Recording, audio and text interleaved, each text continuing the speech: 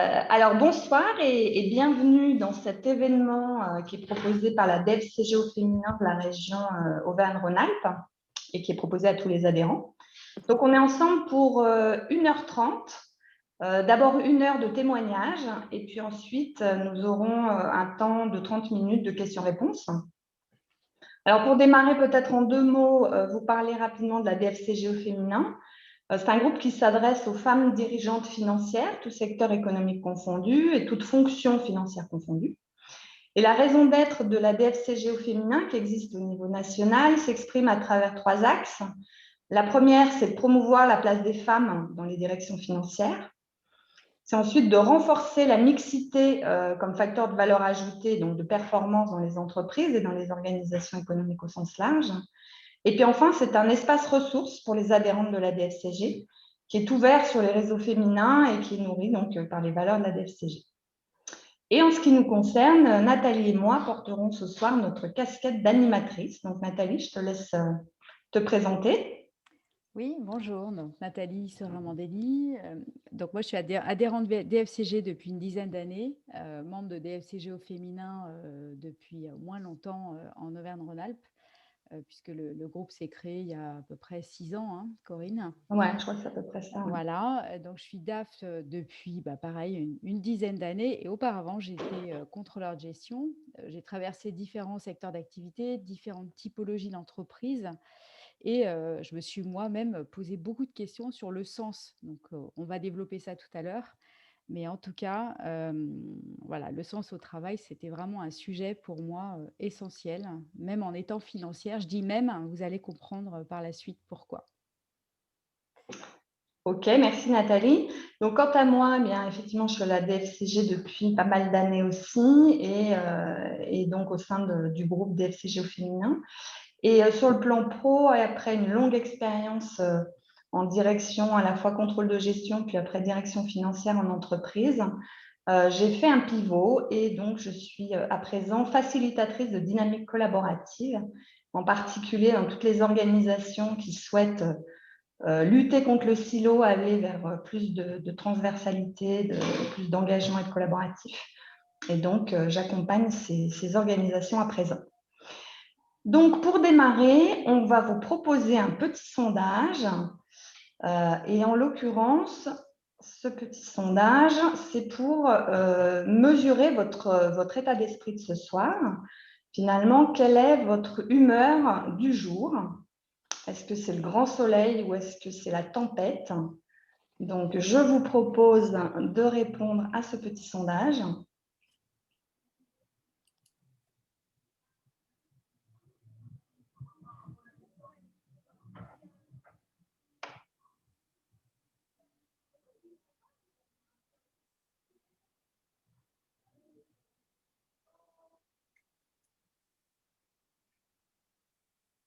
Alors, est-ce que tout le monde a pu voter? C'est bon?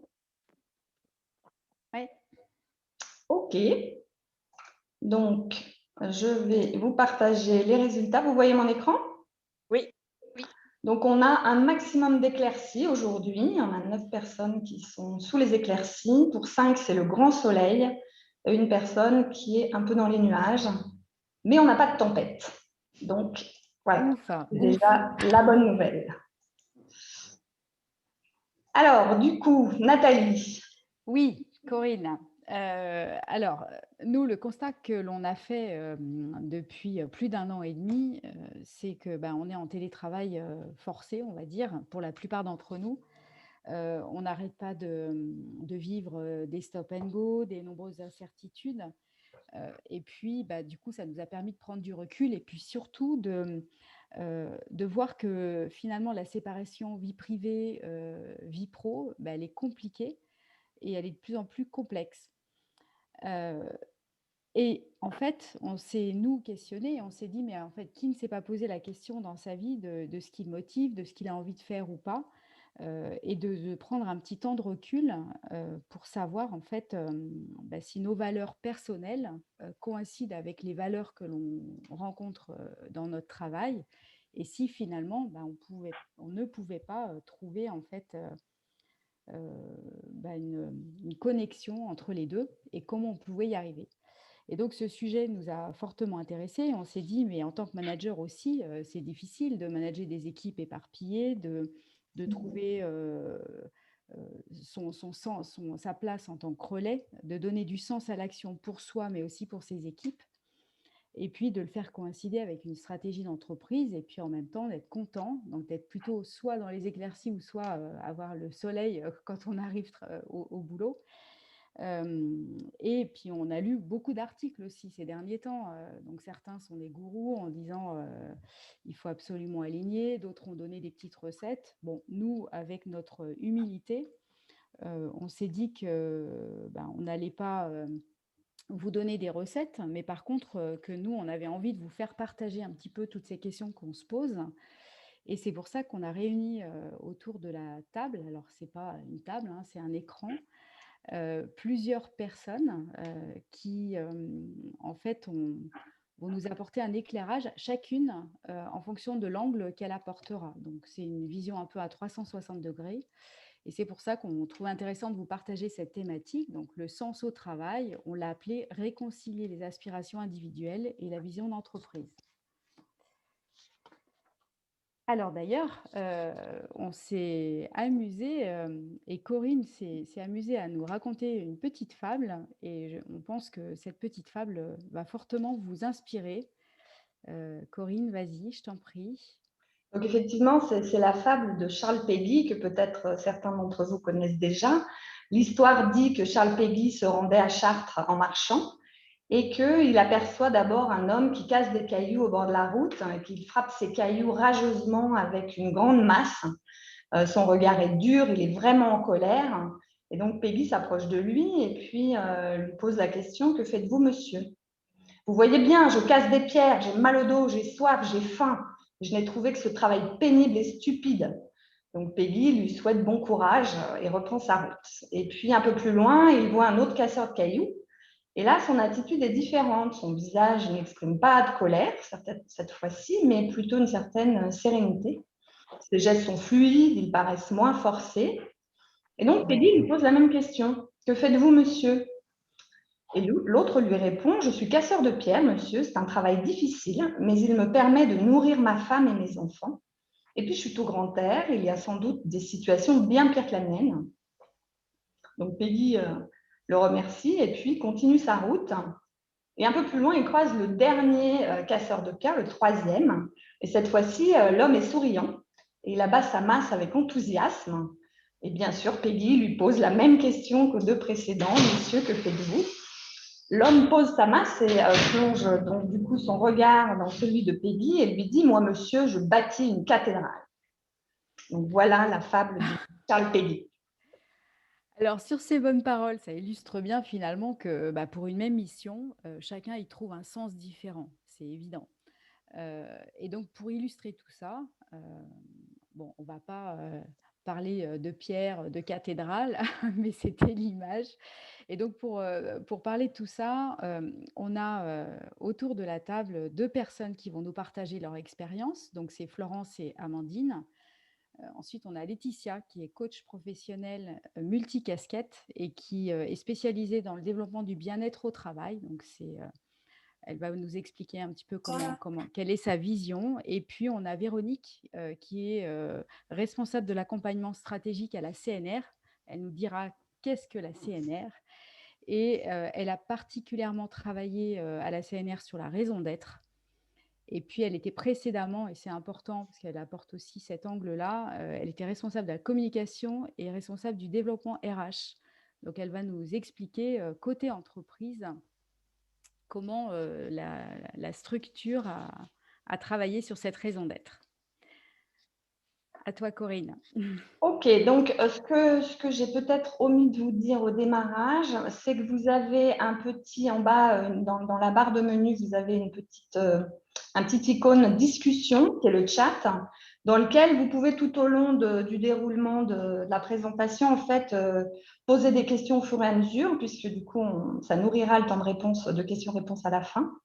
Et ce qu'on vous propose à présent, c'est un deuxième sondage. Donc cette fois-ci, on va rentrer dans le vif du sujet. Hop. Et voilà, au deuxième sondage auquel je vous invite à répondre.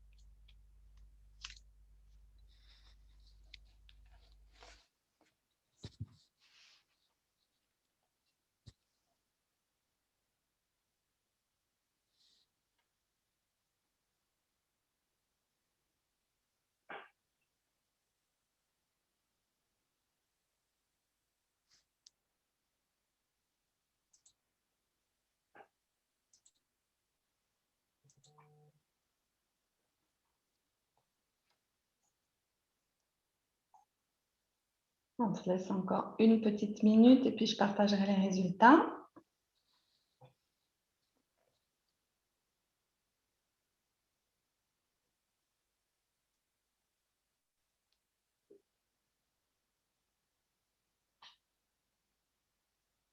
Bon, je vois que le chip ne bouge plus, donc si c'est bon pour vous. Alors, donc la première question, c'était: avez-vous déjà quitté une entreprise pour une question de sens? Effectivement, on a 60% des personnes qui nous disent oui, ça m'est arrivé une fois. Pour certaines, c'est arrivé à plusieurs reprises et puis pour certains, ça n'est jamais arrivé.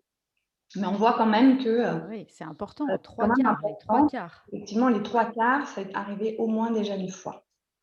La deuxième question, c'était: avez-vous déjà perdu un collaborateur ou un collègue parce qu'il ne trouvait plus de sens à son travail? Et là, on retrouve les mêmes ordres de grandeur. C'est quand ça ne m'est pas arrivé à moi, c'est arrivé à quelqu'un de proche dans mon équipe autour de moi, à 80%. Et enfin, la dernière question: avez-vous déjà vécu lors d'une de vos expériences professionnelles une démarche collective pour travailler autour du sens du travail? Et là, on a un petit peu moins de la moitié qui n'ont pas du tout vécu ce genre d'expérience et un petit peu plus de la moitié qui l'ont soit déjà vécu depuis un certain temps, soit qui sont en cours, soit qui commencent à y réfléchir. Donc, effectivement, là, on est sur… Donc il y a de l'espoir. Voilà, ça évolue en tout cas. Très bien. Hop. Super. Bon, ben, c'est vrai que c'est intéressant et ça, en fait, les résultats, quelque part, montrent que c'est pour ça que vous êtes inscrit, hein, c'est parce que vous êtes intéressé sur ces sujets-là et sur ces réflexions-là. Donc on va pouvoir, démarrer avec notre premier témoin, Corinne. Voilà, alors du coup, Laetitia, bonjour. Donc, tu es coach professionnel, tu es également conférencière et auteure du livre Mon burn-out, ma renaissance. Alors, est-ce que toi-même, tu as expérimenté une crise du sens du travail? Oui, c'est pour ça que je suis là. Effectivement, parce qu'en 2013, j'ai vécu la maladie du burn-out qui était liée à ce manque de sens, entre autres choses, mais particulièrement, oui, dans la manière dont moi, je voulais me saisir du sens, ce qu'on me demandait de comprendre. Le burn-out, dans mon cas, ça a été beaucoup d'ordre et de contre-ordre, aller dans un sens puis dans l'autre, me donner des directions différentes, de la surcharge de travail et puis du harcèlement. Donc ça, c'est encore d'autres points, ça, c'est un petit peu hors sujet. Mais en tout cas, la crise de sens, elle a été dans qu'est-ce qui fait que je m'investis autant dans ce travail pour ce que j'en récolte? Comment se fait-il qu'on me demande de me réinventer chaque jour dans tous les domaines du travail et qu'en même temps, je n'y récolte rien, enfin, on ne me donnait rien en retour. Enfin, il y avait vraiment je ne comprenais pas ce qu'on me demandait, ce qu'on attendait de moi. Il n'y avait pas de feedback, de temps disponible à se dire tiens, là, je t'ai demandé ça, t'en es là, qu'est-ce qu'on peut faire, par exemple? C'était je te demande quelque chose, 6 mois après, si c'est pas fait, je te tombe dessus et on attend presque avec ce sentiment qu'on n'attende que ça, qu'on prenne en flagrant délit de mal faire au lieu de me prendre en flagrant délit de bien faire pour valoriser les choses. Donc oui, le manque de sens, moi, m'a conduite à une maladie qui m'a conduite à une reconversion, à une renaissance et puis du coup à ce beau métier et à aujourd'hui éviter que ça n'arrive à d'autres. Donc ça a pris du sens du coup pour moi aujourd'hui, mais ça en a manqué à l'époque. Alors donc, du coup, effectivement, aujourd'hui, tu accompagnes les actions de prévention et les périodes de transition de vie professionnelle. Oui. Est-ce que tu as noté des changements côté entreprise et côté individu, par exemple, depuis le début de la crise du Covid? Ah oui. Au niveau individuel, j'ai beaucoup de demandes de reconversion, de rebond, de renouveau, de je me ressente sur mon ikigai, ma raison d'être, comment j'intègre mon projet pro à mon projet de vie et pas l'inverse, comment je rééquilibre mes domaines de vie et que finalement, j'ai réalisé que je pouvais m'autoriser à me dire que le travail ne rimait pas avec son sens étymologique pour le coup et que non, je ne suis pas obligée de souffrir du travail. Au niveau plus collectif et au niveau des entreprises, j'ai beaucoup plus de demandes justement de déploiement de l'intelligence collective, du co-développement, du travail sur des rencontres un petit peu où on va chercher de la créativité, un petit peu à rassembler un peu les efforts et à travailler dans le même sens. Ouais, j'ai quand même, moi je trouve, j'espère que ça va continuer comme ça, mais à se recentrer sur des essentiels et puis ensemble. Voilà, je constate ça. D'accord. Et alors, en matière de sens, quelles sont les clés que tu proposes à notre auditoire? Je vais partager du coup. Hop. Alors, attends voir.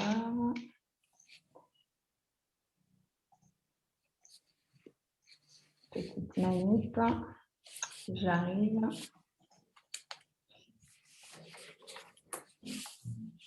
Voilà. Hop, bah, super. Alors du coup, oui, la première clé, alors moi, le zoom que j'ai voulu prendre, l'angle, c'était comment, dans cette problématique de réconcilier les aspirations individuelles et collectives, comment on fait une place à l'individu dans l'entreprise. Et pour ça, la première clé, à mon sens, c'était justement de communiquer le sens et de commencer par se dire qu'il faut d'abord savoir de quoi on parle, puisque la vision d'entreprise, notamment, elle va être effectivement portée par la direction, ce qui sous-entend que tout ne va pas se discuter. On n'est pas, quand on dit discuter le sens, on ne va pas discuter de tout et de n'importe quoi. Donc, on va déjà définir ce qui est discutable. On va essayer d'aller voir comment on transmet le sens et non pas comment on le décrète. Et puis, peut-être que ça peut passer par la création d'espaces-temps dédiés et spécifiques, des espaces-temps de discussion, d'échange, de débats réguliers qui vont être préparés.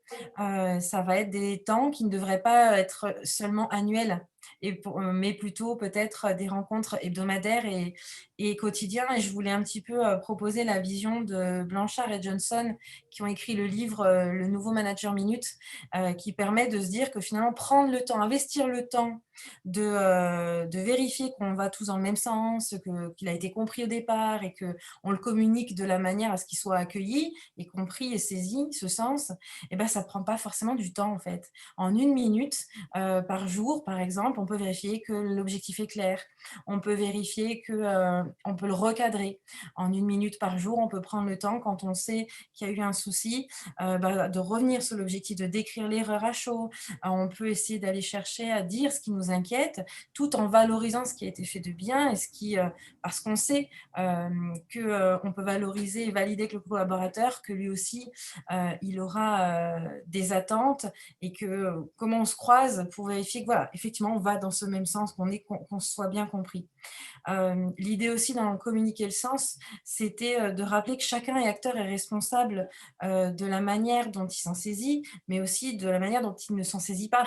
Si je n'ai pas compris ce qu'on attend de moi, il m'appartient aussi de le faire savoir et de pas attendre le moment où on va me tomber dessus notamment, mais de se dire ok, ben rien ne m'empêche d'aller demander, enfin j'espère, ou alors profitons de ça pour dire que quelque chose m'empêche de venir vous voir, de vous rencontrer, de discuter du fait que j'ai pas compris ce qu'on attendait de moi par exemple. Voilà, on va communiquer du coup dans les deux sens et on va faire en sorte, pourquoi pas, de faire reformuler les choses, de faire savoir qu'on n'a pas compris.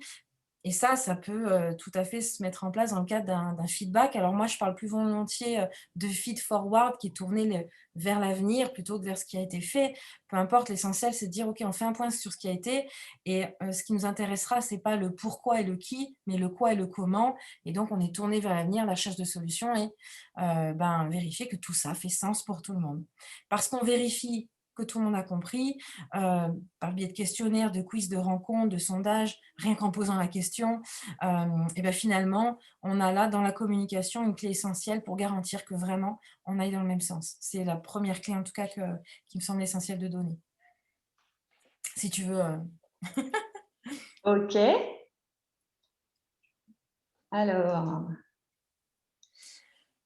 Et ben voilà, une fois qu'on a communiqué sur le sens, il me semble, c'est ce que j'ai dit tout à l'heure, qu'on ne décrétait pas les choses, mais qu'on les accompagnait en entreprise et comme ailleurs. Et que pour accompagner le sens, il y a pour moi l'effet Pygmalion qui est une super représentation des choses, puisque quand on sait que la manière dont on croit les choses, la manière va influencer notre action et donc va impacter sur la croyance à l'autre. Bon, je prends un exemple. Si je suis persuadée que mon collaborateur est capable, on va partir sur le cercle vertueux, est capable d'augmenter dans le potentiel, est capable de se dépasser, je vais agir de manière à le challenger. Je vais lui confier une mission un petit peu peut-être au-dessus de ses compétences, mais juste ce qu'il faut pour qu'il se challenge. Du coup, lui-même va sûrement nourrir la croyance qu'il est capable parce que si mon manager me confie ça, c'est que quand même, il croit que j'en suis capable. Donc, je vais me donner les moyens d'y arriver. Je vais certainement y arriver. Si j'arrive pas, de toute façon, le droit à l'erreur, on communique, on vérifie qu'on va dans le même sens, etc. Donc, boum, de toute façon, il y aura du positif qui ressortira de ça. Et on va renforcer la croyance de départ qui était que j'en étais capable. Donc, cet effet Pygmalion, pour moi, il nourrit le sens d'une mission au travail. Et de la même manière, dans le livre que je vous ai cité tout à l'heure, Le Nouveau Manager Minute, prendre 1 minute pour féliciter, pour valoriser, c'est pas beaucoup de temps, c'est surtout pas du temps perdu, mais plutôt du temps investi. Et, euh, et on peut aussi partir pour accompagner le sens sur des actions de team building, de formation. On peut fédérer les personnes autour d'un sens commun et ça va passer aussi par de la reconnaissance. Donc, il y a 4 formes de reconnaissance essentielles au travail, qui sont celles du travail notamment, mais aussi celles de l'investissement, du résultat et de l'existence. On reconnaît la personne et pour ça, on peut la récompenser par une attention, lui écrire une lettre, la mettre en avant lors d'une réunion. Il y a plein de petites choses qu'on peut faire qui nourrissent vraiment l'intérêt. Et parce qu'on accompagne le sens, du coup, on s'assure qu'on donne les moyens à chacun et à tous les niveaux de s'en saisir et donc de s'impliquer et puis d'en faire un moteur pour que chacun avance et que tout le monde, du coup, avance. Ce qui m'amène à la troisième clé, qui est qu'une fois qu'on l'a accompagné, ce sens, c'est super. Et en même temps, je pense qu'il y a aussi une importance dans le fait de l'incarner, le sens. À la fois être acteur et porteur de ses propres valeurs à titre individuel, et puis il y a celle que j'incarne moi en tant qu'être humain, mais il y a celle que j'incarne au nom de l'entreprise. Donc agir dans le respect des valeurs, cultiver le sens, cultiver sa propre exemplarité, c'est aussi et le droit à l'erreur, c'est une manière d'être en équilibre sur, par exemple, dans le cadre du management, je suis un manager qui effectivement est exemplaire dans la manière d'organiser les choses et en même temps, je t'autorise à te tromper comme je m'autorise à me tromper et de cette manière-là, on fait vivre des valeurs qui sont essentielles et on mise sur des rencontres qui ont du sens. Donc, on va préparer des réunions, on va se rencontrer régulièrement, que ce soit 1 minute par-ci en début de journée, que ce soit une fois par semaine pour un bilan ou une fois par trimestre pour un bilan de fonctionnement, pour des team building, etc. Le temps, on va l'investir ensemble à communiquer, à se réunir, à se rencontrer, à débattre, à co-construire, à débriefer, parce que c'est ce que je l'ai peut-être dit 15 fois, mais c'est pas grave, on l'investit, on ne le perd pas. Et pour demain, si j'avais une petite clé d'ouverture, ce serait avec ce qui nous arrive là et ce qui va arriver encore au travail, en entreprise, vraiment l'adaptation, s'adapter, c'est une des clés essentielles. Ça sous-entend accepter de vivre avec de l'instabilité, avec une vision qui n'est peut-être plus celle du long terme, euh, qui nécessite une prise de hauteur, des formations parfois, du coaching, tout ce qui va permettre de se repositionner pour vérifier que le sens du départ a peut-être pas bougé ou bougé, mais voilà, qu'est-ce qu'on en fait de ce sens-là pour soi et avec ce système dans lequel on évolue, l'entreprise. Voilà un petit peu les clés que je voulais donner. merci Laetitia. Je retiens que cette notion de temps qui est clé, dont on parle tout le temps, est-ce que ça nous prend du temps, est-ce que c'est du temps perdu ou investi, et que c'est tout à fait essentiel dans la relation à soi et aux autres en tout cas. Il me semble que oui. Très, très Alors, intéressant. Enfin, merci Laetitia. Et c'est vrai que on va voir auprès de nos deux témoins, hein, Florence et Amandine, si leur manager avait suivi les bons conseils. Je ne pense pas, sinon elle ne serait pas là pour témoigner, c'est clair. Donc, Amandine, bonjour. Est-ce que tu peux nous expliquer pour quelles raisons tu as accepté de partager ton expérience ce soir? Alors oui, bonsoir à toutes et à tous. Je m'appelle Amandine Marié, j'ai 31 ans. Je suis pas du tout dans le milieu de la finance. Je suis ingénieure en génie des procédés. J'ai fait une filière thermique énergétique pour être précise. C'est un nom un peu barbare, mais je spécifie mon diplôme parce qu'en fait, j'ai fait ces études précisément là pour pouvoir travailler dans le traitement des déchets. C'est pas le domaine que j'ai fait en sortant de l'école. Je travaillais à la sortie de l'école et jusqu'il y a 2 mois en arrière dans la maintenance industrielle, dans le milieu automobile. Pour plusieurs raisons, j'ai voulu changer de travail, faire un virage professionnel parce que je me suis dit, quitte à changer de travail, autant retourner au domaine qui m'a motivée pour faire mes études et c'est le traitement des déchets. J'ai eu la chance de croiser la route de Laetitia, qui du coup a été ma coach et qui m'a aidée dans ce virage professionnel que j'ai réussi à mon sens, puisque aujourd'hui je travaille dans le traitement des déchets. Je suis responsable d'exploitation dans une usine d'incinération. Donc, voilà pour la présentation de mon parcours. Et on m'a proposé de partager mon expérience et j'ai accepté parce que je voulais montrer aux gens, témoigner, leur dire que effectivement, ce dont parlait Laetitia, alors c'est pas tout à fait une reconversion, moi, mais c'est un virage professionnel, un changement de domaine. C'est possible, c'est réalisable et alors pas forcément tout seul, mais faut pas avoir honte de se faire aider et que c'est totalement possible. Donc, tu nous expliqueras tout à l'heure le sens que tu as pu donner. Merci, Amandine. Et toi, Florence, du coup, est-ce que tu peux nous expliquer ton parcours et puis qu'est-ce qui a fait que tu as accepté de venir partager ton expérience? Et avec plaisir. Bonsoir tout le monde. Donc, je m'appelle Florence Vermelaine, j'ai 42 ans et je suis aujourd'hui DAF dans une entreprise logistique de l'ultra frais. Ça fait 20 ans environ que j'évolue dans les métiers de la gestion et de la finance. Et aujourd'hui, j'ai accepté de partager mon expérience parce que j'ai été confrontée dans ma carrière à des situations, enfin plusieurs, mais on va dire une grande expérience de perte de sens. Et en fait, quand j'ai un peu repensé à tout ça, je me suis rendu compte qu'en réalité, pendant un certain temps, j'avais été dans le déni vis-à-vis de cette situation, avec le sentiment à la fois de frustration et de culpabilité qui va avec, parce qu'on se dit non, mais c'est bon, ça va passer. Et du coup, je gardais un peu tout ça pour moi jusqu'à un moment, poum, ça explose.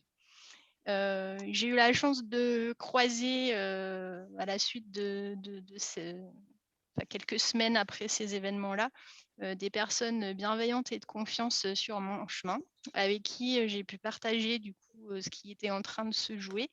Et c'est une situation qui avait vraiment été très douloureuse pour moi. Et en fait, en discutant avec ces différentes personnes, de la sphère professionnelle ou personnelle, je me suis rendu compte en fait que j'étais pas un cas isolé et que cette expérience de vie, en fait, elle s'était déjà présentée à d'autres personnes et que du coup, c'était important de pouvoir trouver les bons interlocuteurs et finalement de ne pas rester isolé. Donc, je rejoins un peu ce que disait Amandine, pas pour les mêmes raisons, mais je pense que moi, j'ai vraiment vécu ça comme un sentiment d'isolement et je me dis peut-être que simplement en parlant, ça peut peut-être déverrouiller certaines choses pour d'autres personnes qui malheureusement se trouvent dans cette situation-là. Ce sera ma petite pierre à l'édifice de la cathédrale. Merci Florence de ta pierre. Alors Amandine, est-ce que tu peux nous dire aujourd'hui le sens, qu'est-ce que ça signifie pour toi? Alors, pour moi, donner un sens, c'est donner un sens à sa vie, c'est trouver la motivation et c'est surtout savoir pourquoi on se lève et on se réveille le matin. Alors personnellement, moi, mon sens, c'est aujourd'hui essayer de rendre la planète, le monde un petit peu meilleur. C'est un peu utopiste, mais voilà, c'est mon objectif à moi et on produit tous et toutes des tonnes de déchets aujourd'hui. Et ben, moi, je les traite parce que sinon, on ne sait pas quoi en faire. Donc voilà, moi, je les traite, je les valorise au maximum. pour rendre la planète un petit peu meilleure ou un peu moins sale ou mauvaise. Ça dépend de si on voit le verre à moitié plein ou à moitié vide. Et j'ai une anecdote, c'est qu'effectivement, le sens, quand je parle de se réveiller le matin, c'est clairement ça au sens propre. Parce que dans mon ancienne société, du coup, le matin, j'arrivais, alors j'étais cadre, mais je devais arriver en même temps que tout le monde pour la petite réunion de 7h30.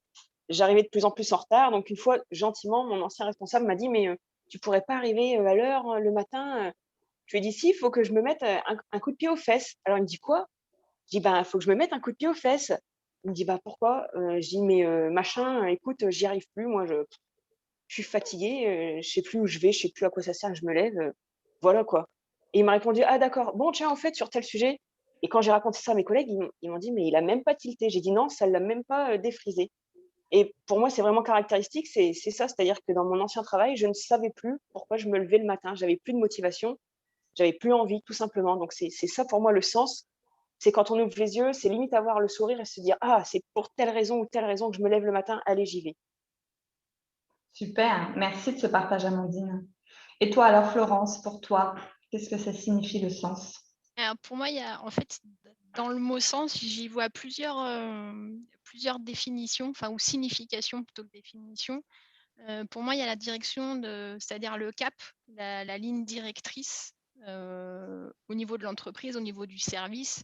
Et si je devais imager, c'est de dire, ben, dans quel sens on rame, en fait. Le deuxième thème, ce serait la signification au sens, de l'utilité et de la valeur de mon travail. Pour mon manager, pour, le service, le groupe, et plus largement, l'entreprise. Et de façon tout à fait, concrète, c'est, à quoi sert ce que je fais? Je le fais pour qui? Je le fais pourquoi? Est-ce que c'est utile? Est-ce que ça sert à quelqu'un, à quelque chose? Bah, un peu, pourquoi je fais tout ça, quoi? Voilà. Et puis il y a un truc qui, pour moi, c'est pas vraiment une signification, mais en tout cas, à mes yeux, c'était important, c'était de dire: «Qu'est-ce qui fait sens pour moi par rapport à mes valeurs, en fait?»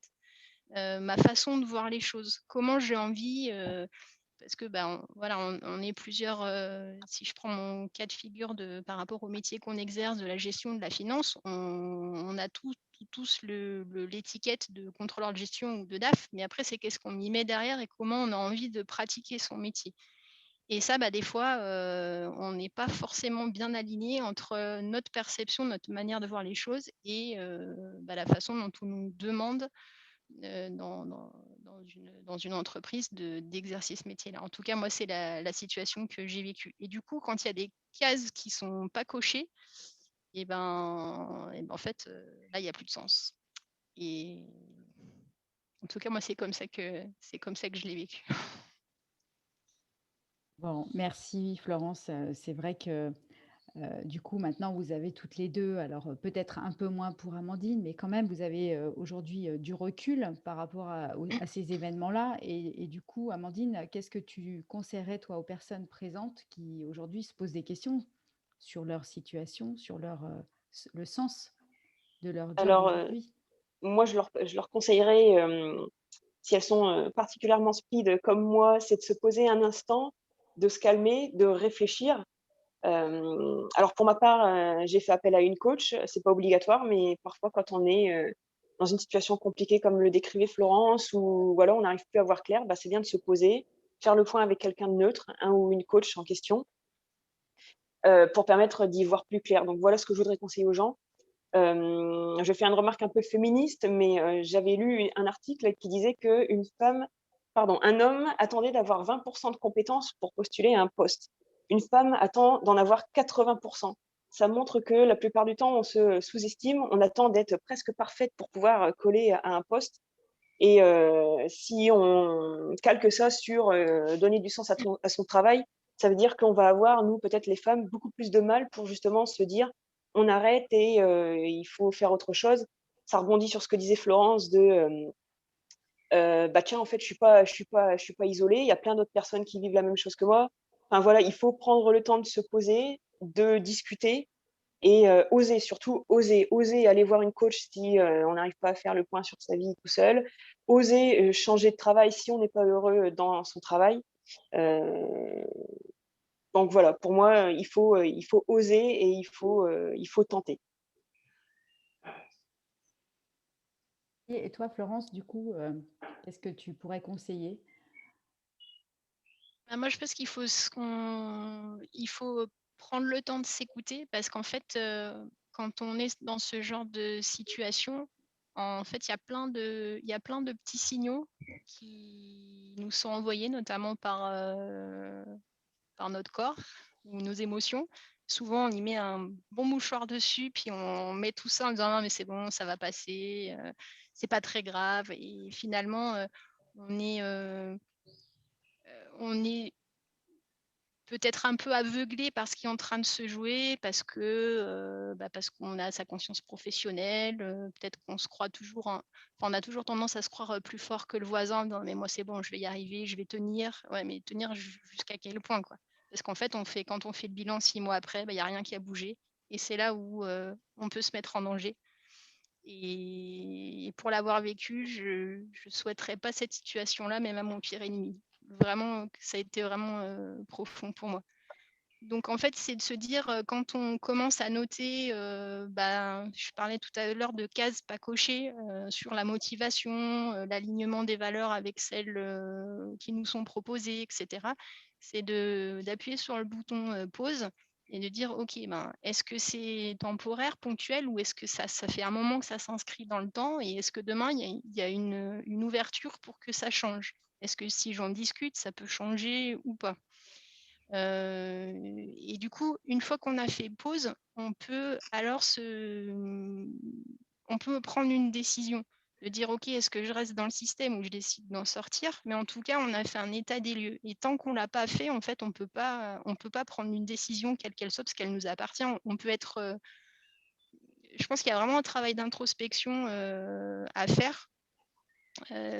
Parce que, c'est sûr que quand on est dans une entreprise, si, en plus on a tous des parcours différents, mais certains ont changé plusieurs fois de structure, de groupe, d'autres ont plutôt un parcours long dans une entreprise. Donc voilà, en fonction de notre statut, de la position qu'on peut avoir dans l'entreprise, enfin, c'est des choix qui sont vraiment pas, est-ce qu'on est prêt à renoncer à tout ça? Donc il y a beaucoup de choses en fait qui sont en jeu. Il y a une notion aussi, de confiance en soi et de dévalorisation en disant, quand on se rend compte que c'est allé trop loin, on se dit: «Mais en fait, ça fait X mois que j'ai accepté ça, je suis trop nulle quoi, j'aurais dû me réveiller avant». Donc il y a tout un système de reconstruction, enfin il y a toute une étape de reconstruction et donc je pense que c'est, vraiment se poser, ne pas hésiter à en parler parce qu'en fait, on n'est vraiment pas des cas isolés, quoi. Et puis de se préserver parce que on dit souvent qu'il faut faire la part des choses entre le perso et le pro, mais en fin de compte, la frontière, elle est quand même hyper ténue. Et quand c'est la santé qui est en jeu, je veux dire, c'est la santé, qu'elle soit au boulot ou à la maison, c'est la santé qui est en jeu, quoi. Et donc, je pense que ça, c'est primordial par rapport à tout le reste.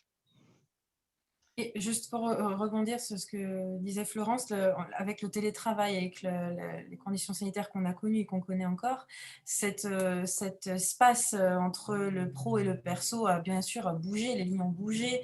On est rentré chez nous à travers la vidéo, on a demandé au travail à venir à la maison, etc. Donc tout le monde n'a pas su le faire, tout le monde ne sait toujours pas forcément le faire. Et pareil, il y a une différence entre le décrété et l'accompagné, donc le sens peut bouger aussi. Je pense vraiment que les générations, puisque la notion de sens dans le travail aussi, elle est générationnelle et transgénérationnelle, elle bouge. Et ce qui arrive, c'est aussi un travail qui n'est plus lié à je dois assumer mon rôle de pater familias, par exemple, et puis ramener l'argent à la maison pour nourrir la famille. Mais on est aussi sur le travail doit me nourrir, doit donner du sens à ma place dans le monde, etc. Il y a des choses qui bougent et qui génèrent aussi des conflits de génération en entreprise et dont il faut tenir compte et ces limites du perso, du pro, à quel moment et comment on doit être soi-même au travail et jusqu'à quelle limite. Et je pense qu'il y a plein, je vais arrêter, mais on a plein de sujets qui peuvent être nourris aussi par ça Et c'est essentiel de prendre le temps, je pense, en entreprise, en tout cas, de créer ces espaces-temps où on se pose ces questions et on co-construit les réponses aussi, quoi. Voilà. Merci Laetitia. Et du coup, merci Amandine et Florence. Et on voit bien ce côté que vous avez partagé toutes les deux sur la nécessité de se poser, de faire le pas de côté pour se questionner en fait. Hein. Et si ces espaces existent en entreprise, effectivement, ça permet sans doute d'aller bien plus loin. Alors Amandine, aujourd'hui, ton job, donc tu nous en as parlé rapidement, il te permet de trouver du sens au travail, celui dont tu avais besoin. De quelle manière finalement? De quelle manière? Tout simplement, de pouvoir travailler dans le domaine qui m'a motivée pour faire mes études. Parce que pour moi, mes études, voilà, j'ai fait des études d'ingénieur, j'ai fait maths sup avant, enfin, je veux dire, c'est un chemin quand même, les études. On claque pas des doigts pour avoir son diplôme, pour faire ses études. Donc de pouvoir travailler dans le domaine qui m'a motivée, qui m'intéresse beaucoup et qui m'a demandé beaucoup d'investissement en temps, en énergie, pendant mes 5 années d'études, c'est l'aboutissement en fait. C'est de me dire: «Bah, voilà, j'ai fait toutes ces études pour travailler dans ce domaine-là, ce domaine qui m'intéresse». Alors je fais partie des gens qui ont coché, éclairci au début du sondage. C'est pas encore le grand soleil, ça fait tout juste 2 mois que j'ai démarré. Il y a beaucoup de choses à apprendre, j'ai 15 personnes à manager. Voilà, donc des conditions, pas simples, mais parce que c'est un nouveau travail tout simplement. Donc je suis dans la case éclaircie parce que, je suis, motivée, je suis quelqu'un de déterminé dans la vie, donc je vais le rester. Mais, tout simplement, voilà, j'ai pas encore, comme tu le disais, assez de recul pour le moment. Tout simplement, aujourd'hui, je sais quand même, comparé à mon ancien travail, pourquoi je me lève le matin. C'est D'accord, ça le sens pour moi. super, merci. Et toi Florence, en quoi ton job d'aujourd'hui, ton nouveau job te permet de trouver le sens dont tu as besoin? Et ben moi, ça fait 6 mois que j'ai changé de boulot et je revis, en fait, tout simplement. Donc, il y a des projets, des perspectives, de la croissance. J'ai de l'autonomie que j'avais plus. Donc, tout à l'heure, quand je disais, pour moi, il y a la direction, le cap, et ben là, je retrouve. Alors, ça, c'est incarné par le manager, c'est incarné évidemment par la stratégie de l'entreprise, mais aujourd'hui, bah, j'ai la chance, pourvu que ça dure, je croise les doigts, que bah, voilà, mon manager direct, bah, il a un rôle, voilà, il est inspirant, il est motivant. Donc, bah, on a envie de se lever le matin, on sait là où on va. Je sais que j'ai son soutien, sa confiance, et du coup, c'est hyper valorisant. Et du coup, on n'est pas dans une situation de perte d'autonomie, d'infantilisation, de déresponsabilisation. Et donc, c'est en ça que moi, je revis, quoi. C'est de la transparence, c'est le fait d'expliquer en fait le contexte de pourquoi telle décision elle est prise. Parce que après c'est pas tout rose, hein, c'est pas, on n'est pas dans la vallée des poneys non plus. Il y a des embûches ou autres, mais quand on explique pourquoi on le fait et peut-être que demain il y aura un contre-ordre, mais pourquoi il est là et qu'en fait bah, on a juste détourné un peu le chemin parce qu'il y a des impondérables ou voilà. Mais du coup, comme c'est expliqué, que c'est mis en perspective, etc., ben, moi, je trouve que ça fait avancer tout le monde, en fait. Et on arrive même à avoir des propositions. Enfin, je trouve que ça crée, en fait, une dynamique. Donc, voilà, c'est de la notion de... Moi, je trouve qu'on est aujourd'hui, je suis dans le respect, la confiance, dans le donnant-donnant. Donc voilà, j'ai un peu l'image de me dire, bah, quelque part, aujourd'hui, mon manager, c'est un peu mon GPS. Il m'a donné la direction où on allait aller à horizon. Alors, il peut y avoir plusieurs destinations, hein, 6 mois, 1 an, 2 ans. Je sais que des fois, il y aura des sens interdits, il y aura des travaux, ce ne sera pas toujours facile, mais en tout cas, j'ai la ligne là où on va aller. Et du coup, je trouve que c'est tellement plus fluide, tellement plus limpide que bah, on trouve l'énergie pour franchir les petits obstacles qui vont se présenter à nous parce qu'il y a toujours des imprévus. Et j'imagine que ça influe aussi sur votre manière à toutes les deux de manager vos équipes d'ailleurs. Ouais, et de manager et même dans ta vie de tous les jours en perso. Ouais. Parce que quand tu es bien dans tes baskets, et ben forcément, le positif entraîne du positif. Donc, effectivement, ça rejaillit de façon en 360 autour de toi, quoi. Enfin, en tout cas, c'est ma perception des choses. Ok, donc merci à toutes les deux. Donc on a entendu le témoignage de Laetitia hein, dans son regard de coach, sa vision, ce qu'elle souhaite apporter aux individus et aux organisations.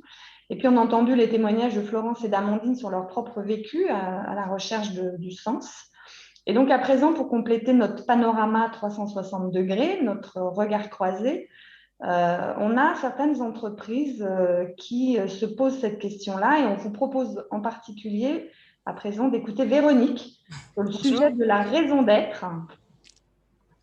Alors, Véronique, déjà, tu vas nous dire qu'est-ce que la CNR, cet acronyme mystérieux.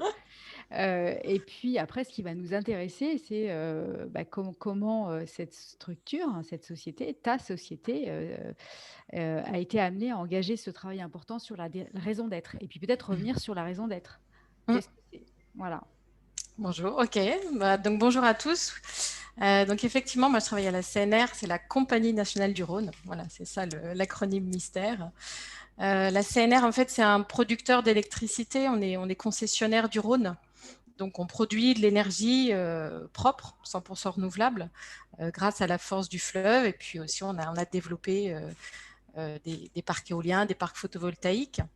Donc effectivement, voilà, aujourd'hui, c'est une entreprise lyonnaise qui est assez grande. Hein, il y a à peu près 1400 salariés et on est implanté sur toute la vallée du Rhône. Et voilà, pourquoi la raison d'être, pourquoi j'interviens aujourd'hui, c'était effectivement pour dire, voilà, aujourd'hui, il y a quand même beaucoup d'entreprises qui se préoccupent de dire dans quel sens on va. Et je rejoins un petit peu la définition donnée par Florence tout à l'heure. C'est quoi l'utilité de l'entreprise? À quoi elle sert cette entreprise? C'est quoi sa valeur? Sa valeur au-delà de sa valeur financière, c'est qu'est-ce qu'elle apporte au monde. Donc voilà, c'est des réflexions aujourd'hui qui ont lieu au sein des entreprises, pas uniquement la CNR, hein, on n'est pas seul dans notre cas. Et c'est voilà, pour ça aussi que je voulais vous parler de la raison d'être. C'est permis aujourd'hui par la loi Pacte hein, depuis 2019. Et c'est effectivement les entreprises aujourd'hui qui réfléchissent sur quelles sont leurs valeurs, pourquoi elles sont, voilà, quelle est leur activité, qu'est-ce que leur activité va apporter au-delà d'une pure valeur financière. Voilà, les entreprises, c'est ce que j'ai essayé d'indiquer là, ne se limitent pas à la recherche de profit. L'entreprise, c'est aussi un lieu de création et de partage de sa valeur.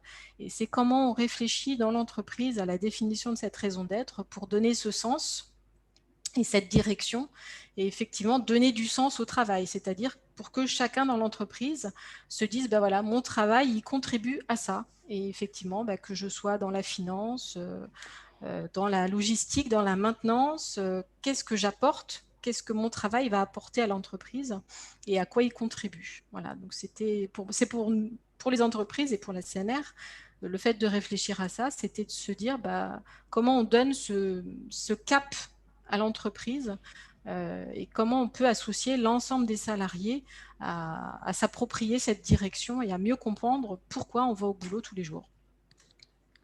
Eh bien, ça fait rêver hein, quand même. Hein.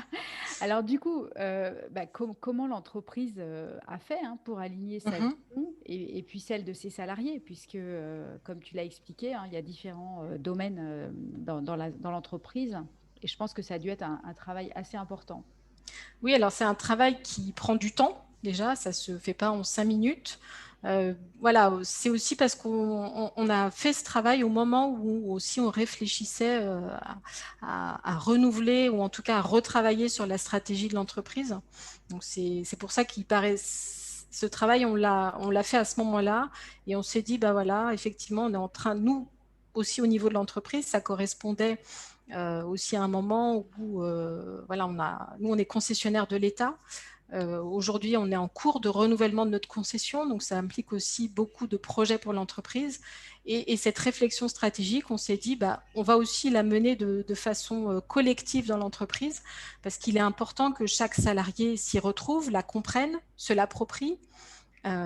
Et voilà, donc c'était aussi pour nous le moment de cette réflexion, de se dire, il faut qu'on arrive à travailler avec nos managers, aussi pour que voilà, chacun trouve le sens de son activité dans l'entreprise. On a différents métiers dans l'entreprise. Certes, voilà, on produit de l'électricité le long du Rhône, mais aussi on cherche à se développer dans d'autres énergies renouvelables. Donc voilà, comment on arrive à concilier des métiers où on est peut-être un peu plus en mode start-up et des métiers où on est très ancré dans la production électrique. Voilà, c'est des métiers voilà, avec beaucoup de sécurité. Il faut s'assurer de la sûreté hydraulique. C'est des gros barrages. Voilà, nous, ce n'est pas des cathédrales, c'est des gros barrages. Mais à côté de ça, on a aussi des structures plus légères et puis on travaille sur des modes de financement participatifs, sur des choses. Voilà. Donc, on a plein de métiers qu'il a fallu rassembler. Donc, l'idée, c'était aussi comment on travaille tous ensemble pour mieux trouver la direction collective. Voilà, c'est redonner du sens au collectif.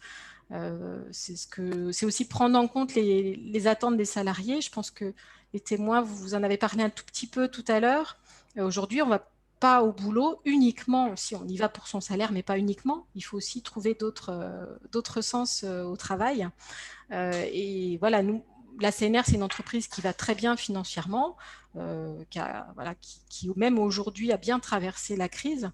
Mais on se rend compte que pour attirer des nouveaux salariés, pour attirer des talents, il faut présenter autre chose aujourd'hui. Il ne faut pas juste présenter un bon bilan financier, il faut présenter des valeurs, il faut aussi voilà, être un peu plus, ce que disait tout à l'heure Amandine, c'est voilà, moi je me lève le matin parce que je vais dans une entreprise qui permet voilà, qui travaille dans l'environnement, qui permet de renouveler ou en tout cas de valoriser les déchets. Donc c'est toutes ces questions aussi que les entreprises se posent, essayent de mettre en avant, c'est quelles sont les valeurs que je propose à mes salariés et qu'est-ce qui fait que les salariés vont rester dans l'entreprise. Donc il y a toutes ces réflexions. Donc, nous, on a travaillé beaucoup là-dessus. On a essayé de développer du collaboratif et du participatif. Par exemple, on a mis en ligne une plateforme avec en tout cas un certain nombre de propositions que faisait la direction sur, voilà, à l'avenir, on voudrait aller vers ci, aller vers là. Et on a essayé d'engager la discussion avec les salariés justement pour les faire s'impliquer dans ce projet d'entreprise. Alors, justement, tu parlais des attentes des salariés qui évoluent.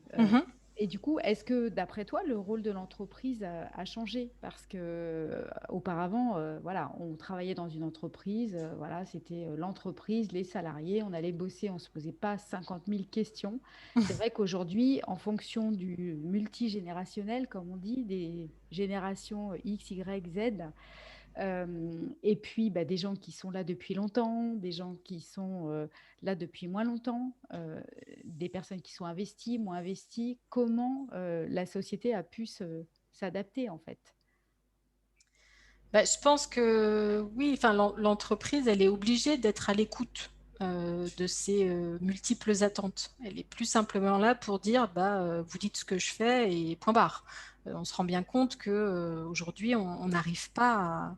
En tout cas, même on le voit bien sur les modes de management, tout est en train de changer.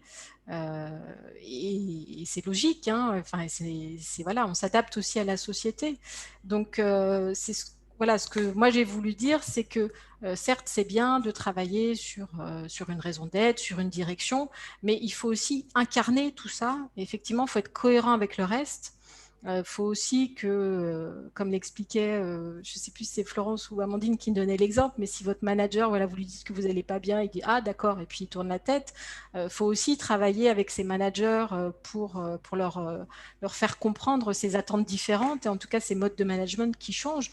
Aujourd'hui, on n'est plus dans le management d'autoritarisme, hein, on est vraiment sur le collaboratif, sur la construction.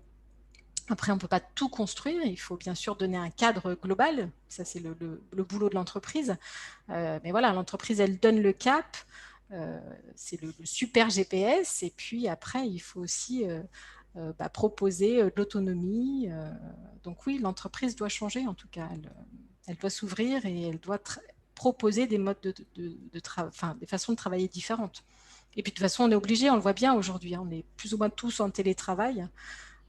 Donc, ça implique aussi des modes de fonctionnement totalement différents.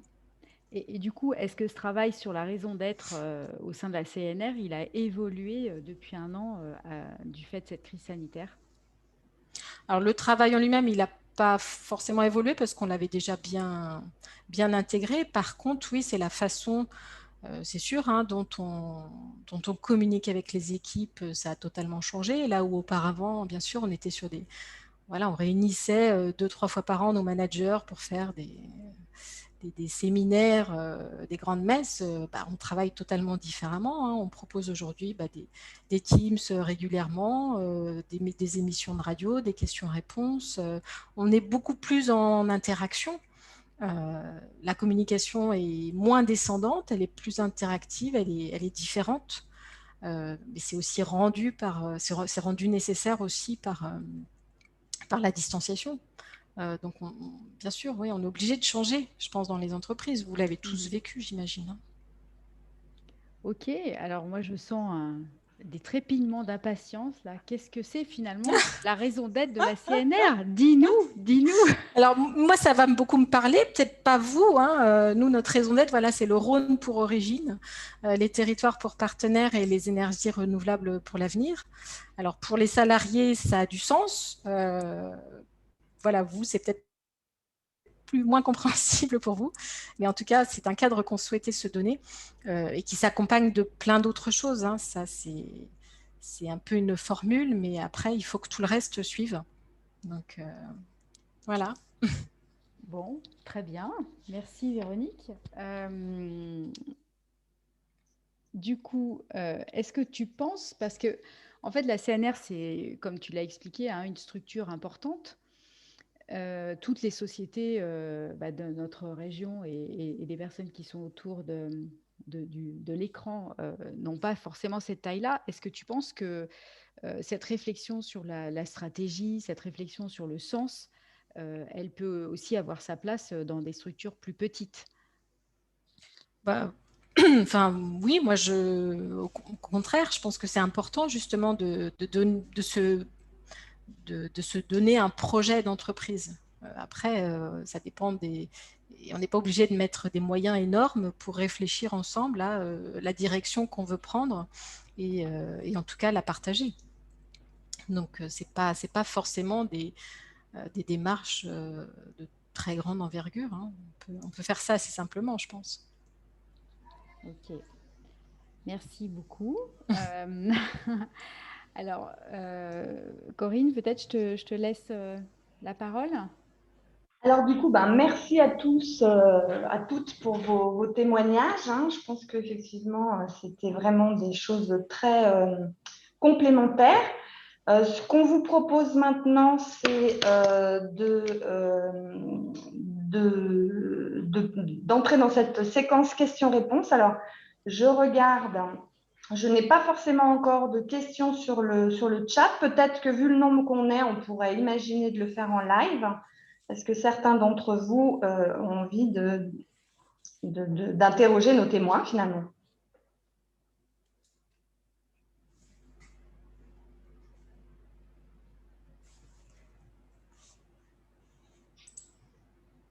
Voilà, mais ils sont timides. Bon, ouais. Du coup, non, moi j'ai une question et je trouve, merci pour votre expérience. Sur la raison d'être, un sujet qui m'intéresse fortement.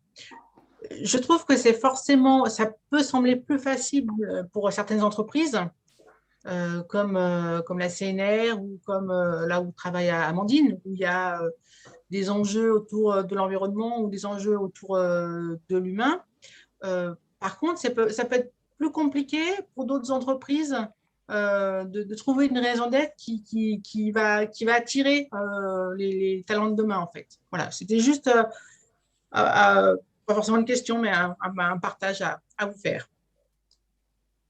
Alors, après, moi, je pense que ça sert à attirer les talents, mais ça sert aussi à définir ce pourquoi on est là.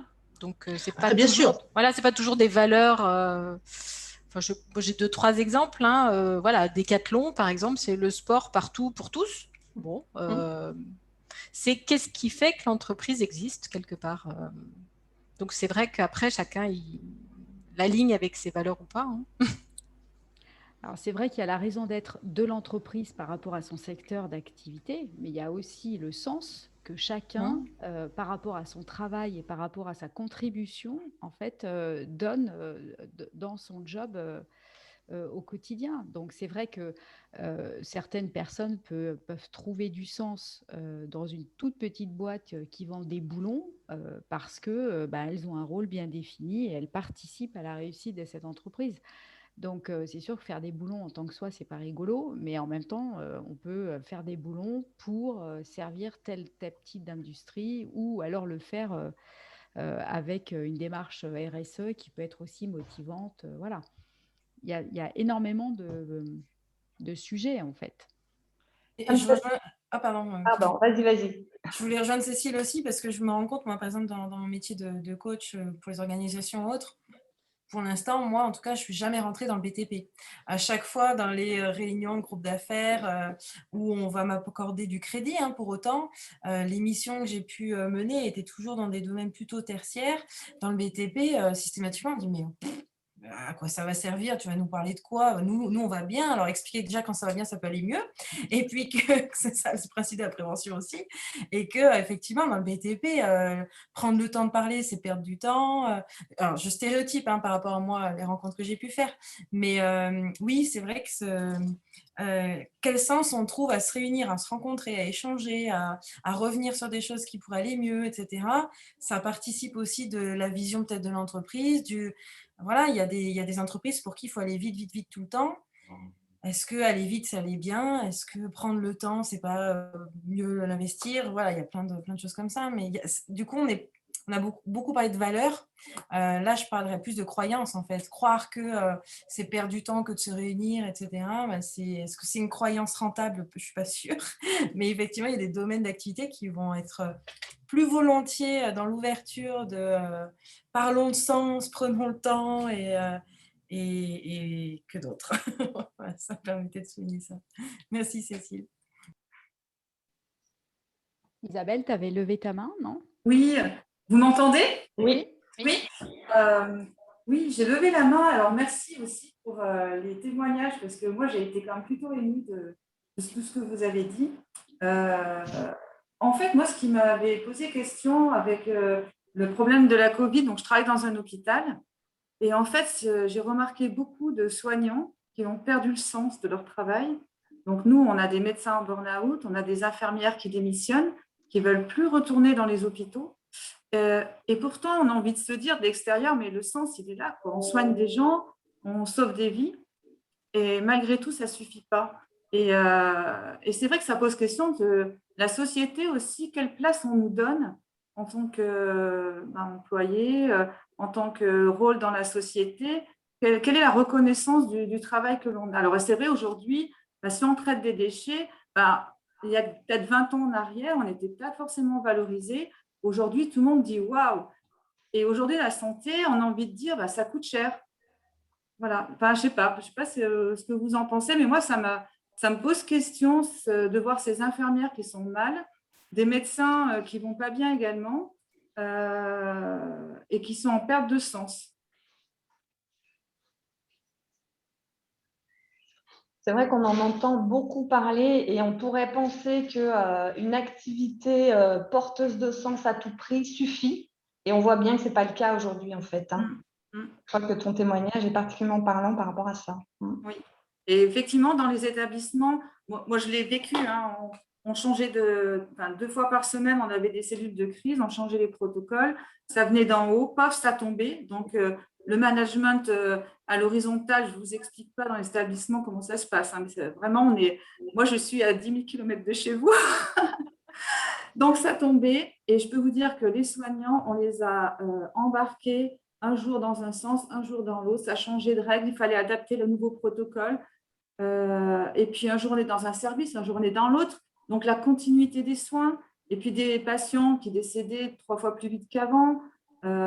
Des prises en charge complexes. Et ça tombe tout en même temps sur le coin de notre nez. Voilà, je pense que c'est des choses difficiles en tant qu'être humain à vivre. Moi j'ai été plutôt touchée par cette période par rapport à tout ça. Alors nous, effectivement, administratifs, on a été un petit peu impactés parce que forcément, ça a des redondances de travail, mais par rapport à cette recherche de sens, moi j'ai trouvé que une personne qui est soignante n'est pas soignante par hasard.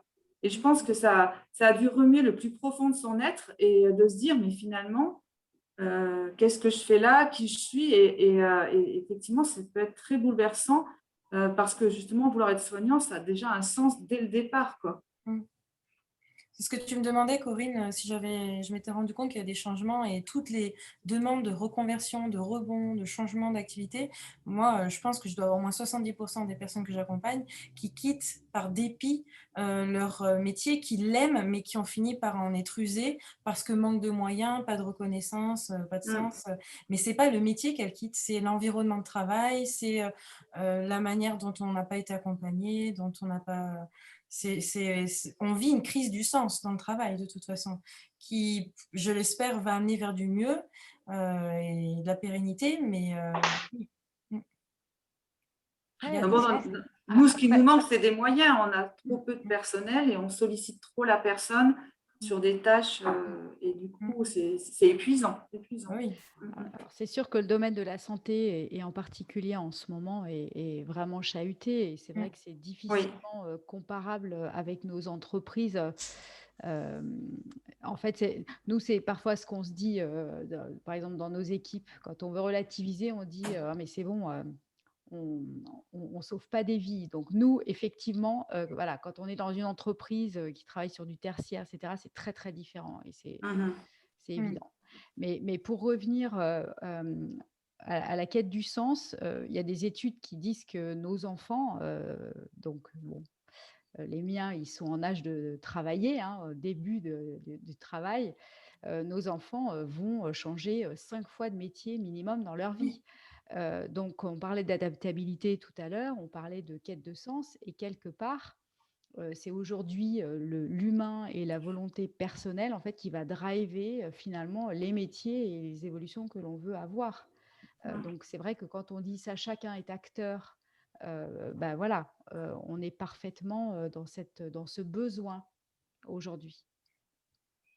Est-ce que d'autres parmi vous ont envie de partager ce qui se passe dans leur secteur d'activité? Il y a Céline Trépigne. Oui, je voulais rebondir sur ce que tu disais, Nathalie. Donc moi, je suis comme certaines d'entre vous, je n'évolue pas dans le domaine de la finance, mais du reclassement et de l'accompagnement des mobilités, qui sont parfois forcées. Donc je vois beaucoup de personnes qui sont forcées à se réinventer et beaucoup de sourires et de choses merveilleuses qui arrivent en fait à un moment donné où on est contraint et finalement on ouvre le champ des possibles et il y a plein de choses belles qui arrivent.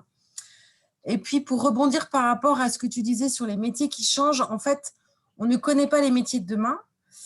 En revanche, si on travaille sur soi et sur ses compétences comportementales, là finalement on peut aller n'importe où, quelque part. Donc autant prendre du temps à travailler là-dessus et puis finalement la technique elle s'apprend. Et puis surtout, on ne sait pas quelle sera la technique de demain dans des tas de domaines. Donc, voilà, je pense que c'est important de dire qu'il faut prendre du temps à travailler sur qui on est, ce qu'on veut, ce qui est important pour nous et comment on répond à ces besoins qui peuvent être des besoins primaires finalement. Voilà. Super, merci. Est-ce qu'on pourrait entendre un des hommes qui sont dans l'Assemblée quand même? Ils sont cachés, les hommes. On ne les voit pas. Parce qu'on pourrait croire que ce sont des sujets ou des questionnements féminins, mais non, je ne pense pas. Serge, je vois qu'il a enlevé son micro. Ouais, non, je vous ai écouté attentivement.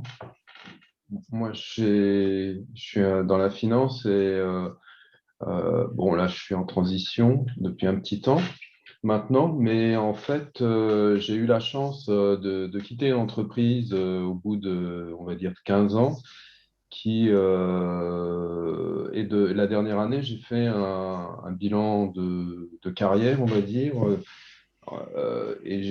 de compétences. Enfin, j'ai un outplacement. Et pendant ce temps-là, j'ai réussi à faire un CV où j'ai écrit en fait ce que j'avais fait pendant les 10 dernières années sur 15, parce que c'était une entreprise globalisée qui a, dans le secteur de l'électronique, et en fait, le secteur a énormément changé en France. Et donc, j'ai fait ça, et puis je l'ai laissé en vrac, si je puis dire, pour l'instant. Je l'ai formulé. J'ai mis des mots dessus, mais j'ai encore la question de comment je peux le raconter positivement. Parce que cette globalisation a conduit à fermer plein d'usines en Europe de l'Ouest, dont certaines en France. Et moi, je me suis un peu occupé de ça. Et c'est vrai qu'à part de me dire que pendant ce temps-là, bon, pour retrouver le même niveau de salaire dans ma région et continuer à faire vivre la famille, c'était un peu difficile. J'avais pas tellement d'autre sens pour moi, puisque c'était pas un travail qui était constructif. Voilà, c'est mon témoignage. Vous voyez, je suis encore un peu ému en vous le disant, bien que ça, depuis 2018, parce que ça s'est arrêté en 2018, cette histoire, j'ai quitté ça. Et maintenant, j'aspire donc enfin, j'ai quelques étapes, je pense, encore à franchir. La première, c'est d'être capable de parler de cette histoire bon, je pense qu'il faudra que des gens m'aident, mais pour la raconter de manière positive, et que ça ne fasse pas peur non plus, que ça ne paraisse pas comme un fossoyeur ou un Terminator, ce genre de choses, et de convaincre après des gens, des petites structures pour les aider à gérer leurs activités et finir par mon parcours professionnel par une note positive, donc de la construction, du développement, du plaisir aussi, parce que c'est vrai que je pense que malgré tout, j'ai appris des choses et que si j'arrivais à rencontrer des gens et les mettre en œuvre avec eux de manière positive, ça effacerait tout le reste, quoi. Vous allez y arriver, Serge, ça j'en ai aucun doute. Je dirais dignement, même si c'est peut-être des mots qui sont un peu désuets, et avec fierté, ouais, mais bon, c'est la prochaine étape. Voilà. Non, mais C'est un peu peut-être super d'être quand je venu. vais un peu mélanger tout ça, mais voilà ce que je peux dire par rapport à ce sujet. Et je pense que c'est vraiment bien qu'on se pose la question, parce qu'on peut être pris par une organisation, sa propre économie personnelle ou familiale, et c'est difficile des fois de ne pas être soit la Wonder Woman qui coche toutes les cases, ou le gars qui serre les dents et puis qui est toujours un challenge. Voilà, on a fait ça, mais c'est rien du tout. Maintenant, on peut encore faire 10 fois plus. Bon, la performance absolue, toujours, d'être dans cette recherche-là. Je ne sais pas si c'est une bonne idée qu'il faut poursuivre, et je pense que c'est intéressant et nécessaire de se poser des questions par rapport au sens au travail, de ce qu'on fait soi, les impacts que ça peut avoir sur nos vies, sur nos familles, nos enfants, la société dans laquelle on évolue, tout ce genre de questions qu'on n'a parfois pas le temps de se poser quand on est dans ces situations et qu'on n'a pas le moyen de prendre le recul. Merci Serge pour ce partage. Mais je vous en prie. Est-ce qu'on a d'autres encore?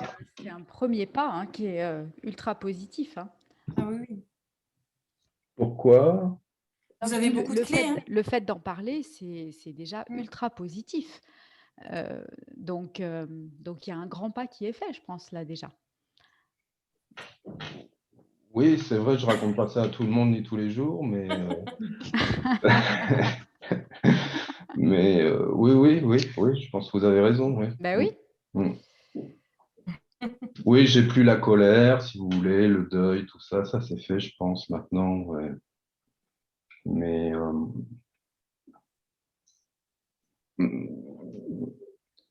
Qu'est-ce que je peux dire d'autre? Du coup, on est plus dans le feed forward que le feedback. Moi, j'ai adoré cette expression. Je l'ai noté. Voilà. On va dans un autre sens. Exactement, on regarde devant, du coup. C'est ça. C'est mieux. Alors, est-ce qu'on a encore 5 petites minutes pour un autre témoignage, si certains ont envie de partager dans leur organisation, dans leur secteur, ou de poser une question à nos témoins?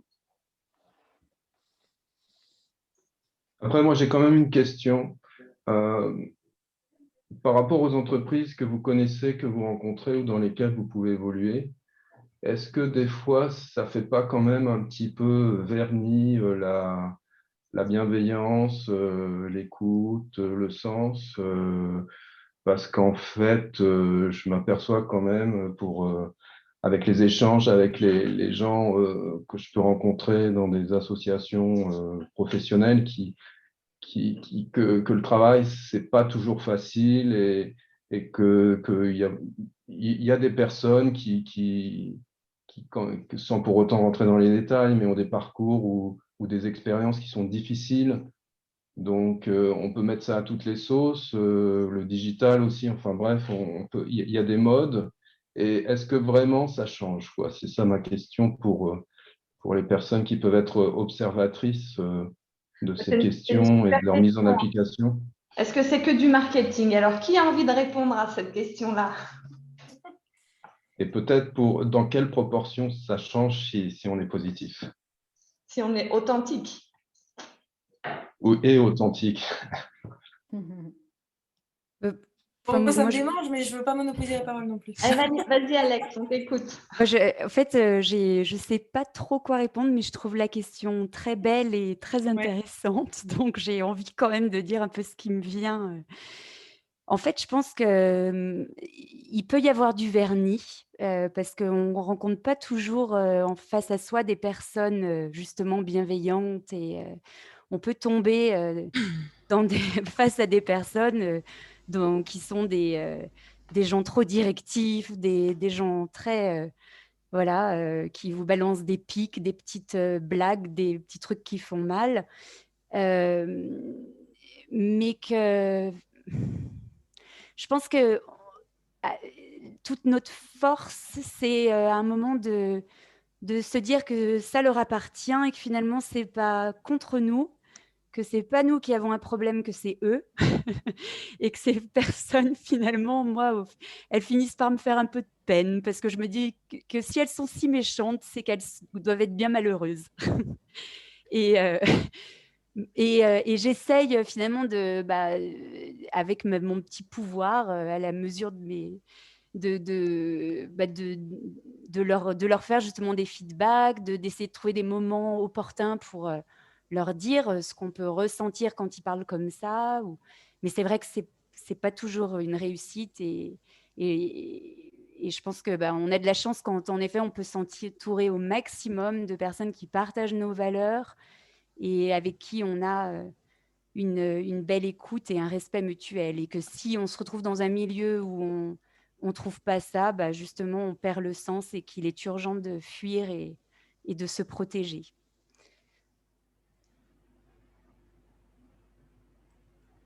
Moi, je dis bravo. Je sais pas. Merci Alexandra. Moi, je rajoute juste effectivement, je pense qu'il y a un côté exemplarité, c'est-à-dire que si le top management n'est pas vraiment en phase, c'est pas la peine de chercher, effectivement, il faut tout de suite fuir. Et puis après, il faut aussi accepter qu'on est des êtres humains imparfaits et que on fait tous des erreurs. Hein. En tant que manager aussi, on en fait, même si on voilà. Donc, faut mélanger tout ça. Mais c'est vrai que les environnements toxiques, si on pense qu'on ne peut pas les faire évoluer, il vaut mieux les éviter. Après, je rejoins une question de Serge sur le côté marketing. C'est vrai que moi, pour ma part, j'ai fait énormément d'entretiens de recrutement parce que j'ai souvent cherché du boulot dans ma vie pro. Et en fait, je passais beaucoup de temps à préparer et à regarder en fait les sites internet, à me préparer, etc. Et à justement trouver la raison d'être, les valeurs de l'entreprise, etc. Et effectivement, je me suis aperçue qu'un grand nombre d'entreprises en fait ont une super, ont un affichage de dingue où on se dit oh là là, le site il est génial, on a trop envie d'aller bosser dans cette boîte, il y a des valeurs. Beaucoup de théories et en fait quand on creuse un peu et qu'on arrive déjà dans les premiers entretiens et qu'on creuse un peu, parfois c'est très creux ou c'est même inexistant et même parfois, moi il m'est arrivé de ne pas avoir pu décrypter ça en entretien, d'être arrivé dans l'entreprise et au bout de 6 mois me dire mais c'est complètement dingue, ça n'a rien à voir avec ce qu'on m'a servi en fait, voilà. Donc effectivement, il y a des entreprises qui arrivent à mettre vraiment en application la théorie, la pratique, et en fait, elles disent ce qu'elles font et elles font ce qu'elles disent. Voilà, très bien. Mais il y a encore beaucoup de boîtes qui ne le font pas. Donc, c'est vrai que c'est difficile de trouver, voilà, l'alignement.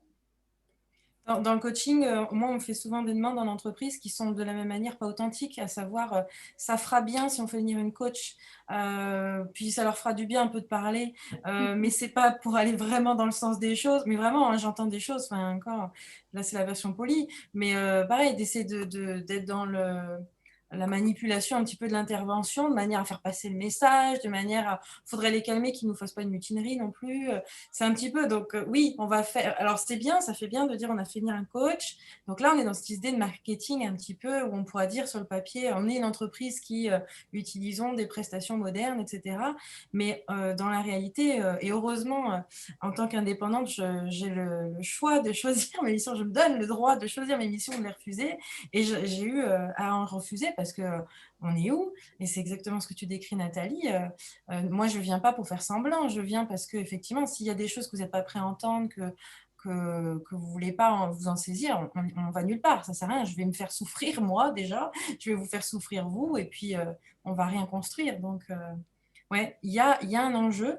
Aujourd'hui, on parle de bonheur au travail. Il y aurait un débat là-dessus. Je ne suis pas sûre que ce soit la place qu'il faille donner, voilà, mais en tout cas le bien-être dans le travail, oui, et c'est pas que des mots, comme le mot résilience qui a été repris et déformé, voilà, ce sont des mots forts, des notions fortes, la résilience, la capacité la reconnaissance, etc. C'est pas que des mots, ça s'incarne, et je pense qu'une entreprise qui sait les incarner, elle n'a même pas besoin de vitrine. C'est vrai que c'est dans une communication, c'est dans... Hein, Florence, en fait, c'est souvent ceux qui en parlent le plus qui finalement l'appliquent le moins. C'est un peu comme les frites de McCain, quoi. Ouais, c'est ça. Mais c'est vrai parce que j'ai un exemple en tête où il y avait des fascicules sur le management bienveillant, des formations, des réunions. Ouais, mais effectivement, là, on était dans l'affichage, mais au quotidien, il n'y avait rien de tout ça. Alors que du coup, je pense que vraiment, si on est obligé d'en faire une surcom, il y a peut-être un loup, quoi.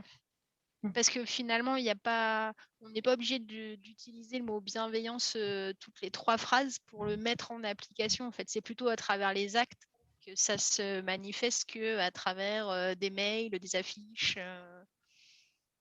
Ouais. Ça n'engage que moi, mais... Et c'est pour ça, c'est ce que j'essaie aussi de dire tout à l'heure, c'est que l'entreprise, c'est pas une personne, c'est une multitude de personnes et que certes, on peut travailler au plus haut niveau sur certains sujets, il faut aussi embarquer la ligne managériale parce que pour moi, les éléments les plus importants dans l'entreprise, c'est quand même les managers, c'est eux qui au quotidien donnent ce sens. Et quand le manager il n'est pas aligné avec les valeurs de l'entreprise, enfin récemment, je sais pas, il y avait un article sur Michelin et ses managers toxiques. Je ne sais plus si c'était Michelin, d'ailleurs. Je crois que c'était Michelin. C'est Michelin, ouais. Voilà. Et les entreprises, il faut qu'elles travaillent. Et tout ça, ça prend beaucoup de temps. Parce qu'effectivement, on hérite aussi d'une structure, enfin, pour reprendre aussi mon propre exemple, nous, avant, les managers, ils étaient promus parce que ça faisait 15 ans qu'ils étaient dans la boîte, qu'ils avaient une expertise technique. Pourtant, ils étaient nuls en management. Et non, mais c'est vrai, ça s'apprend, le management. Donc, aujourd'hui, les entreprises, ce boulot à faire, c'est d'accompagner leurs managers pour changer, pour se transformer. Et ça ne se fait pas en 5 minutes et il y a encore des loupés. Et effectivement, on peut avoir une belle vitrine et que derrière, ça ne suive pas parce qu'on n'a pas su transformer son corps social et ses managers. Et je pense que c'est des choses qui vont prendre encore beaucoup de temps.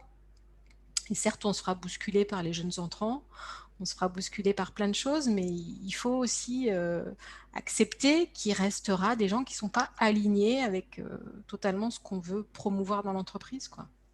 Donc effectivement, à ce moment-là, il faudra savoir se protéger, s'éloigner de ces personnes toxiques qui ne sont pas en alignement avec soi-même, quoi.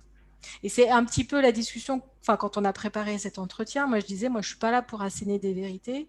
Et avant tout, le sens, c'est la rencontre de deux choses, hein, de valeurs personnelles avec ce que va proposer l'entreprise. Et la meilleure entreprise du monde, mais voilà, elle peut pas convenir à tout le monde. Donc après, ça dépend de son sens personnel. Voilà, c'était ma conclusion. Joli mot de la fin. Ouais, ce que j'allais dire, bravo pour cette conclusion qui je trouve très, très pertinente. Donc, merci à nos 4 témoins qui ont joué le jeu et qui ont partagé leur expérience. Je pense que c'était très riche d'avoir ce regard croisé. Merci et beaucoup. Merci à tous les participants pour votre proximité, vos questions, vos partages. Je pense que ça fait aussi partie de la richesse de l'événement.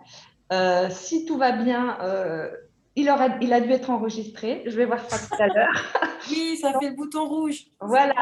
Et donc, ça nous permettra de le diffuser, notamment pour ceux qui veulent le revoir ou ceux qui n'ont pas pu se joindre à nous. Et ben, je vous souhaite en tout cas une très belle